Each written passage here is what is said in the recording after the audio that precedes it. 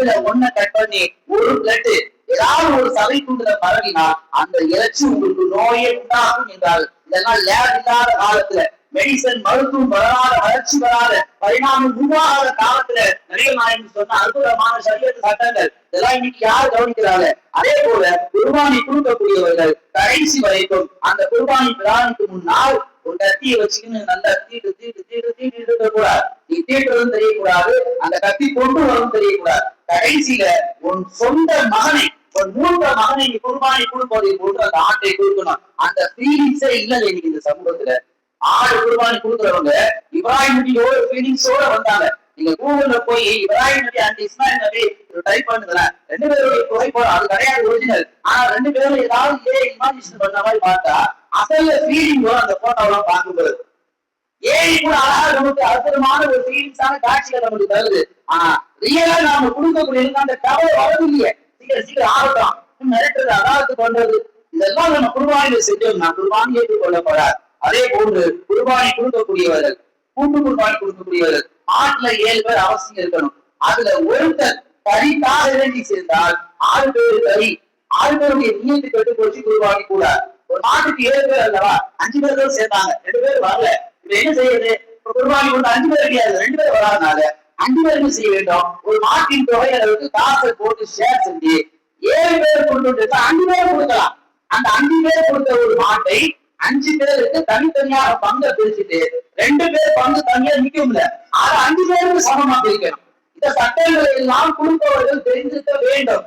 அல்லாஹ் கிருபையால சட்டங்கள் தெரியல. ஒரு மாட்டுக்கு 7 பேர் தெரிஞ்சு வச்சுக்காங்க, குட்டை எப்படியாவது பண்ணிடுறாங்க.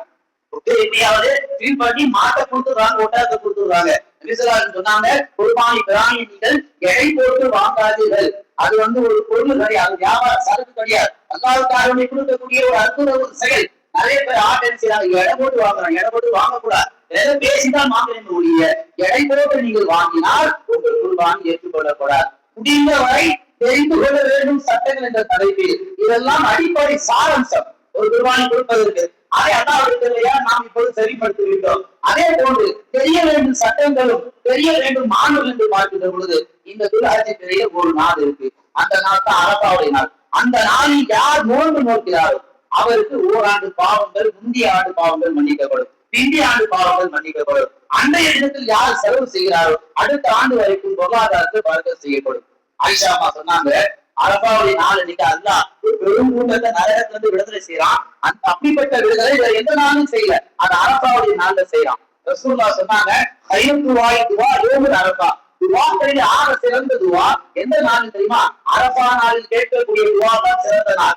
ரசூலுல்லாஹி ஸல்லல்லாஹு அலைஹி வஸல்லம் அரபாவுடைய நாள்ல குர்ஆன் ஓதிட்டு இருக்காங்க. மாறி பொழுது ஒரு நாய் தொந்தரவு கொடுக்குது. ரசூலுல்லாஹ் திரும்பி பார்த்தாங்க, தொந்தரவு கொடுத்துட்டே இருக்கு. ரசூலுல்லாஹ் ஓடிட்டே இருந்தாங்க. துவாரா முடிச்சுட்டு பார்த்தா அந்த நாய் செத்து கிடக்குது. ரசூலுல்லாஹ் கேட்டாங்க, உங்கள யார் பார்த்து எஃப்ராஸா துவா செஞ்சது? ஒரு சஹாபி சொன்னாங்க, நான் செஞ்சேன். யார் ரசூலுல்லாஹ்? என்ன செஞ்சீங்க? உங்களுக்கு அந்த நாய் தொந்தரவு கொடுத்துட்டே இருக்குது, நான் அல்லாஹ்ட்ட துவா செஞ்சேன், யாரெல்லாம் இந்த நாயை இல்லாம ஆக்கு. அப்ப ரசூலுல்லாஹி ஸல்லல்லாஹு அலைஹி வஸல்லம் சொன்னாங்க, அரபாவுடைய நாளில் யார் மன தூய்மையோட துவா கேட்பார்களோ துவா ஏற்றப்படும். எதை முன்னெச்சு கேட்டால் அல்லாஹ் தயாராக இருக்கிறார். அதே போல பெருமானார் ஸல்லல்லாஹு அலைஹி வஸல்லம் சொன்னார்கள், இந்த துல்ஹஜ் பிறை 9 சுபஹுடைய நேரத்துக்கு துவங்கப்படக்கூடிய தக்பீர், தஷ்ரீக்குடைய நாளில் தொடங்கக்கூடிய தக்பீர், அசர் பிறை 12 அசர் வாய்ப்பு 23 வக்துக்கு ஒவ்வொரு தொழுகை ஆண்களும் பெண்களும் ஜமாத்தாக தொழுதால் தனியாக தொழுதால் தக்பீர் அவசியம் சொல்லியே ஆக வேண்டும். இந்த மாநில பெரும்பாலானவர்கள் தக்பீர் சொல்றதே இல்லை. முஸ்லிம்களா நம்ம வாங்க கொஞ்சம் யோசிங்க, கொஞ்சமாவது கவலை வரணும். முஸ்லிம்கள் தக்பீருடைய நாட்கள்ல 23 வக்து சொல்றது தக்பீர் அவசியம் சொல்லி ஏன் சொல்றாங்க? அந்த தக்பீர் சொல்வதனால் இப்ராஹிம் நபியுடைய தியாகம் உங்கள் உள்ளங்களிலும் விதைக்கப்படும். அதே சொன்னார்கள், மாண்புகளை கவிழ்ந்து பார்க்கிற பொழுது ஈதுல் அல்ஹாவுடைய பெருநாள் தினத்தன்று காலையிலே எந்திரிச்சு குளிச்சு அந்த பெருநாளுக்கு மட்டும் எதுவுமே சாப்பிடாம பசியா போய் பசியா வந்து குர்பானி பிராணி கொடுத்ததற்கு பின்னால் தான் உங்களுடைய மற்ற வேலைகளை கவனிக்கும் என்ற சட்டங்கள் முதல் கொண்டு நமக்கு தெளிவாக கொடுக்கப்பட்டிருக்கின்றன. வாழ்க்கையை நம்ம ஆரம்பத்துல சொன்ன மாதிரி அரசாங்கம் சார்ந்த எல்லா சட்டங்களும் நமக்கு அப்டேட்டா இருக்கு. எதை தப்பு பண்ணா எதை உள்ள போனா வெளியே வரலாம், அதுல பெருமை பேட்டிக்கிறது அல்ல. இஸ்லாமிய சட்டங்களை நாம் அவசியம் தெரிந்திருக்க வேண்டும். எல்லாம் எந்த விஷயங்களை நாம் தெரிந்தோமோ பேசினோமோ அதன்படி குர்பானி கொடுக்கக்கூடியவர்கள் அமல் செய்யக்கூடிய நன்மக்களா அல்லாஹ் நம் குர்பானி ஆக்குவானாக. நம் குர்பானி அல்லாஹ் பரிபூர்ணமாக ஏற்றுக்கொள்வானாக. ஆமீன். வாஹிரு தஅவானா அல்ஹம்துலில்லாஹி ரப்பில் ஆலமீன்.